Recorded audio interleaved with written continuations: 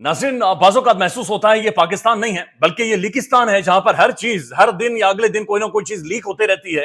एक और audio leak हो गई है और इस ऑडियो के अंदर बाकायदे से कहा जा रहा है कि जनाब हमारा मैंडेट अगर 100% जाली है तो आपका मैंडेट 200% जाली है। ये खुद एक दूसरे के बारे में बातचीत कर रहे हो, सबको सब पता है कि कौन कितना बड़ा जाली है, कौन 100% जाली है, कौन 200% जाली है, और ये ऑफ द रिकॉर्ड गुफ्तगू भी हो रही है। आगे चल के ऑडियो आपको सुनाते हैं। लेकिन आज खैबर पख्तूनख्वा असेंबली में तूफान आया है, एक तूफान आया है और खैबर पख्तूनख्वा असेंबली ने बड़ा वाज़ेह तौर पर पैगाम दे दिया है कि जनाब इस तरह से असेंबलीज अब नहीं चलेंगी। बहुत सारी चीजें खुलकर सामने आई हैं, लेकिन पहले सिर्फ ये कंपैरिजन देख लें, ये दो वीडियोस देख लें। एक खैबर पख्तूनख्वा की असेंबली है जहां पर हकीकी मैंडेट है, वहां पर कारकुन या लोग किस तरह से अंदर जा रहे हैं, और एक पंजाब की असेंबली है जहां पर जाली मैंडेट है, जहां पर 2 नंबर मैंडेट है, जहां पर डाका मारा गया अवाम के वोटों के ऊपर, अवाम के मैंडेट के ऊपर, और वहां पर किस तरह से लोग इंटर हो रहे हैं। पुलिस की नफरी देखें और खैबर पख्तूनख्वा में लोगों को देखें, धड़ाधड़ असेंबली के अंदर जा रहे हैं। ये होती है अवाम की ताकत, ये होती है अवाम की असेंबली। सिर्फ ये डिफरेंस दोनों में देख लें।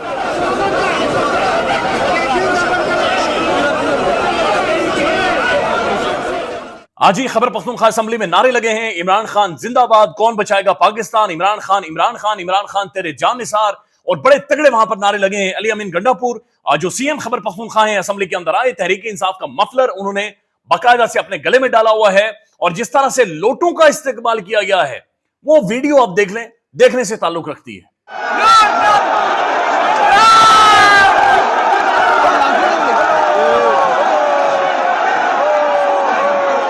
अब एक जगह पर हालात कशीदा भी हुए खैबर पख्तूनख्वा असेंबली में, जहां पर सोबिया शायद जो एमपीए हैं, तहरीक इंसाफ नून लीग की, मुस्लिम नून के एमपीए हैं, उन्होंने घड़ी लड़ाई और वहां पर बाकायदा उन्हें जूते मारे गए हैं। लिटरली वहां पर 2 से 3 जूते फेंके गए हैं, लोटे फेंके गए हैं, और जूते और लोटे बाकायदा से मारे गए हैं। दिस शोज के अवाम गुस्से में है, दिस शोज के जनाब किस फ्रेम ऑफ माइंड में खैबर पख्तूनख्वा के लोग हैं, और बड़ा वाज़ेह और क्लियर पैगाम असेंबली ने दिया है।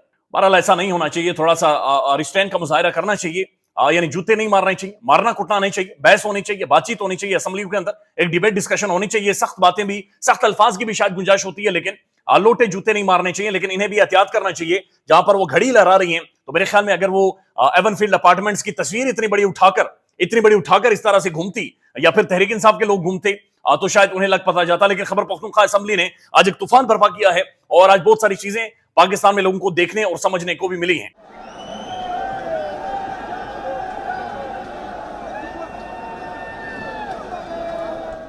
अब एक बड़ी खबर है, और ये आलमी खबर है। खबर यह है कि जो आलमी रेटिंग एजेंसी है मूडीज, अब ये फाइनेंसेस के हवाले से दुनिया भर में एक जानी मानी एजेंसी है, और जाहिर है इसकी जो भी रेटिंग होती है या जो इसका तजिया होता है, इसका जो आर्गुमेंट होता है, वो पूरी दुनिया में देखा और समझा जाता है।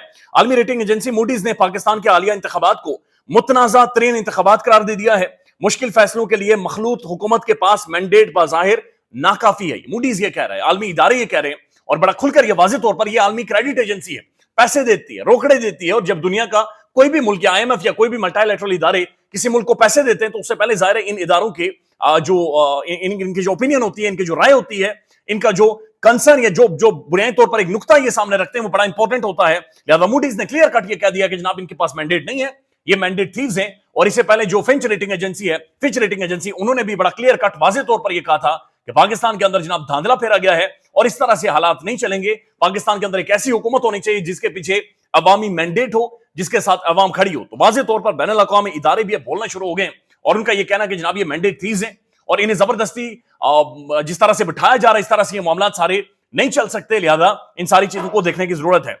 मूडीज ने पाकिस्तान के इंतखाबात को इंतहाई मुतनाज़ा करार दे दिया। मूडीज के मुताबिक पाकिस्तान में इलेक्शन के बाद कायम होने वाली इत्तेहादी हुकूमत का मैंडेट इतना मजबूत नहीं होगा, पाकिस्तान को मौशी चैलेंजेस का सामना करना पड़ेगा।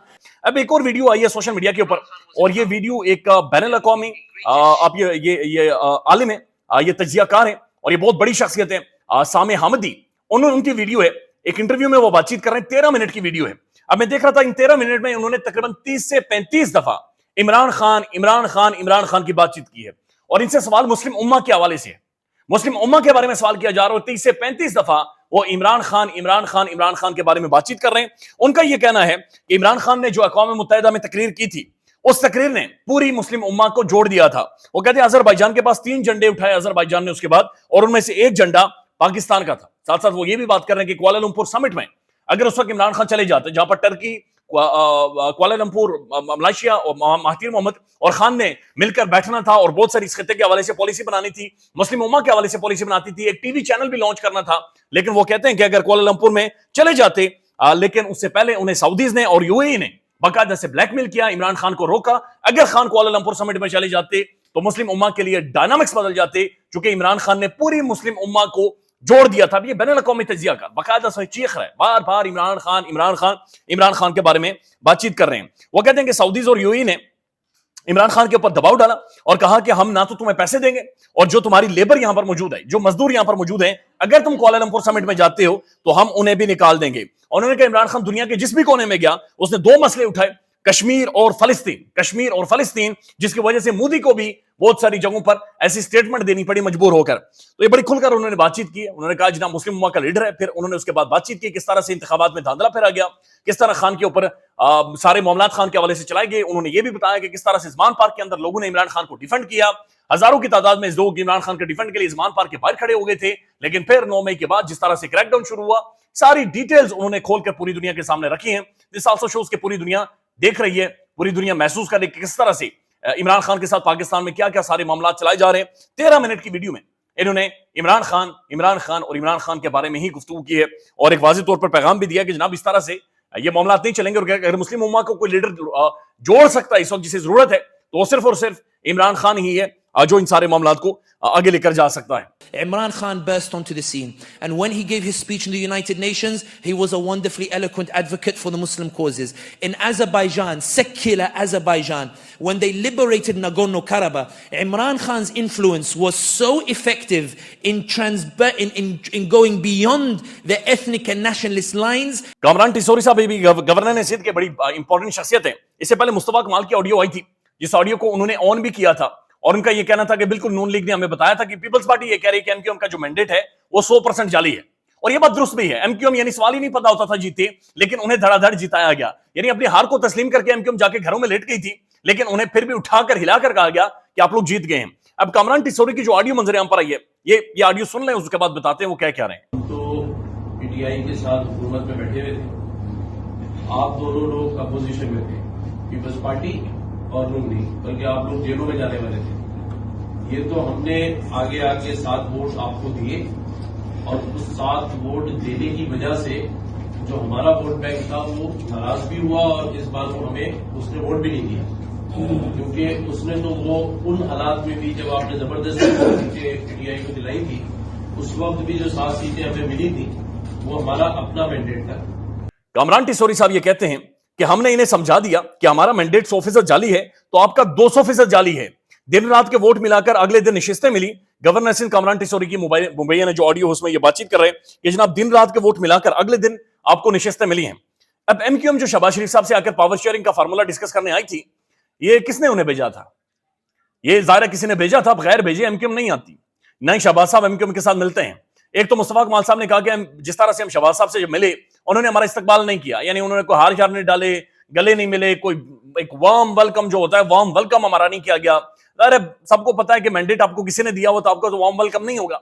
लोग तो आपको जाहिर नहीं पूछेंगे, लोग तो जाहिर है आपसे इस तरह से आपका पुरतबाक इस्तकबाल ना तो लोग करेंगे, ना तो आपके सामने बैठे हुए मैंडेट थीव्स करेंगे।